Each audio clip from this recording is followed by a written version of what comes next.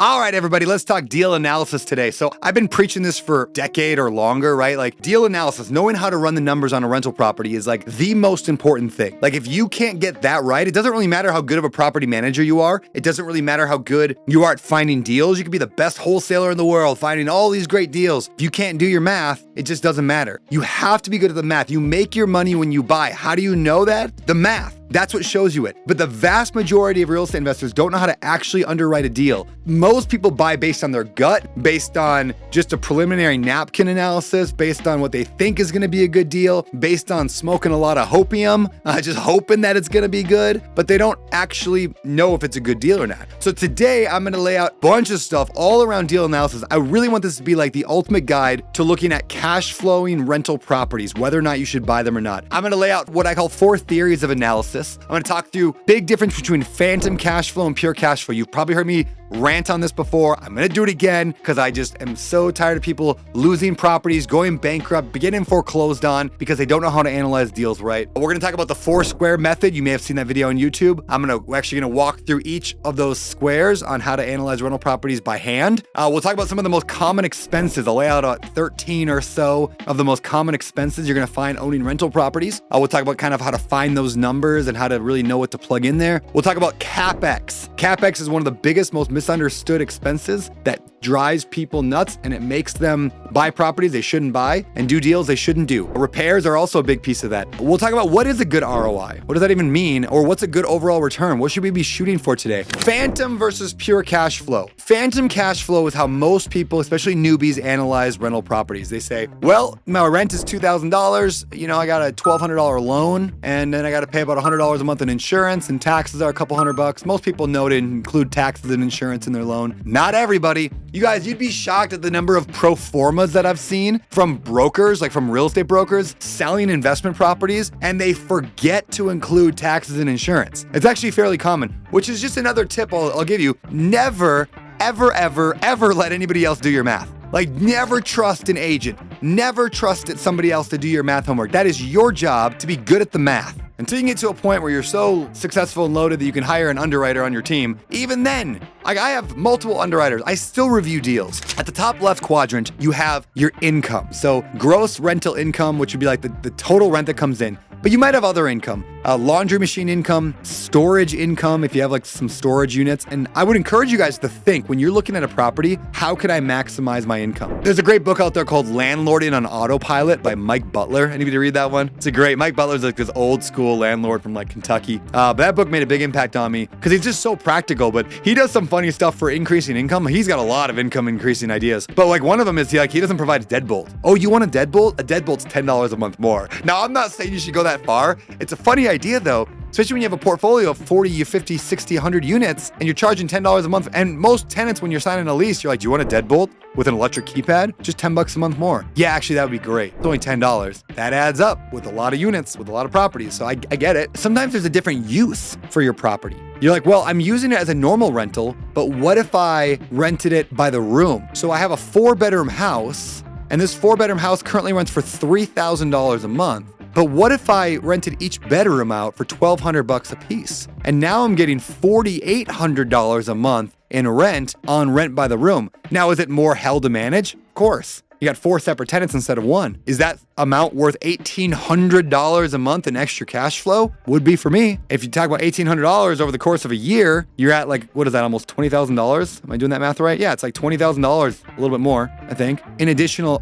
cash flow. That's an extra $400,000 in valuation on a property at a 5 cap. That's wild. So part of knowing income is also knowing potential income. Next, we go to expenses, and there's a lot of them. I'm gonna give you a whole list here. You have the loan, you have insurance, you have utilities. Utilities could include water, sewer, garbage, electricity, gas, taxes, of course. You got repairs, you got CapEx, you got vacancy. We already talked about that. Your property sits empty once in a while. You got pest control, you got snow removal, maybe, landscaping, maybe, management. You got legal, like I talked about LLC formations and other legal documents, and then just random miscellaneous other stuff. Now, it's important that we don't just analyze expenses for how they have been. This is a big mistake that landlords make all the time, that newbies especially make. We analyze based on how things have been. When you get a pro forma from a real estate investor or a real estate agent, they're typically showing you how it's been. They'll give you maybe a trailing 12 or a T12 it's called. It's like, here's how it's been. And that's fine. It's better than nothing. But I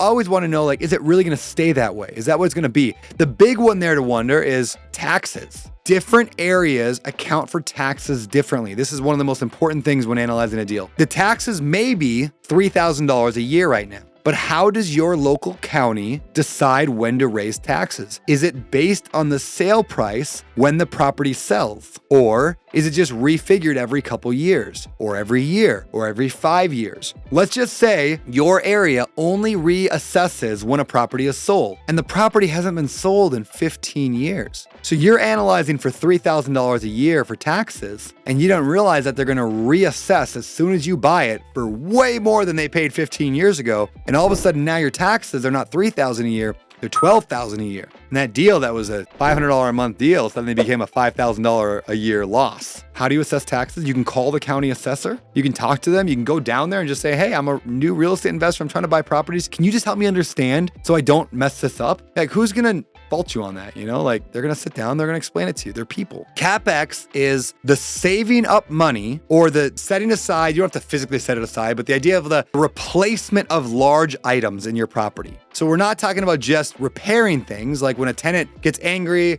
and they punch the wall and they put a hole in the wall and you have to send somebody over there to patch up that wall. Yes, that happens. If you are a landlord, you probably know that happens. That's a repair. When the refrigerator goes out and you need a brand new fridge, that is CapEx. When your fridge light bulb goes out and you need a new light bulb, that's a repair. The roof is 25 to 30 years, then it dies. Well, let me ask you, how much does a brand new roof cost? I can tell you, I just put one on. It was $30,000 to put on a new roof on a property I had here in Hawaii. So in other words, if it lasts 30 years and it's $30,000, I should be setting aside about $1,000 every single month for a roof. Now, I don't have to physically set it aside, but I want to account for that. Now, again, that was an expensive roof. Not all roofs cost that much. Water heaters, 7 to 10 years. What's a new water heater cost? If you have a plumber come put it in, what, $2,000 every 10 years? That's a real number. All right, third, we got cash flow. So we started with income and we got our total income, a number we really feel comfortable with. On average, every month, what are we bringing in? Then we now have our real expenses, our actual expenses, which we take our total income, our pure income, and subtract out our pure expenses. We're left with our monthly pure cash flow. And that number I care a lot about. That's the number that I like to say,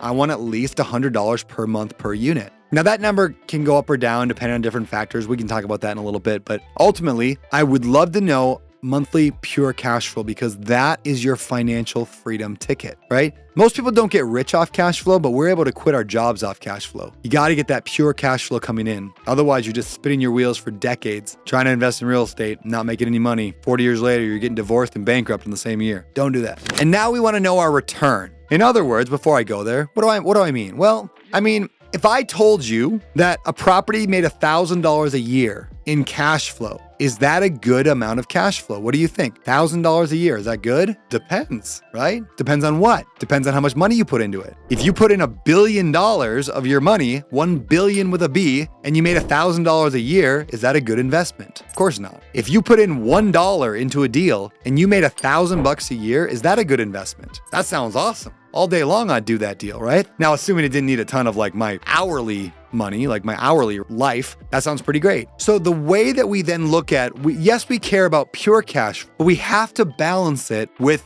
the return. And what we look at primarily, what I care most about is cash on cash return. That means it is the total amount of money you have invested in the deal. All the money that came out of your pocket to buy the property divided by the annual pure cash flow. That means 1,000 divided by 10,000, that is a 10% cash on cash return. We want every single one of you to have that financial life, the personal life, the relationships that you deserve and that you desire. So let us help you get that. And while we do that, we're going to build this tribe and give away millions of dollars in the process. That's the plan. Thank you all.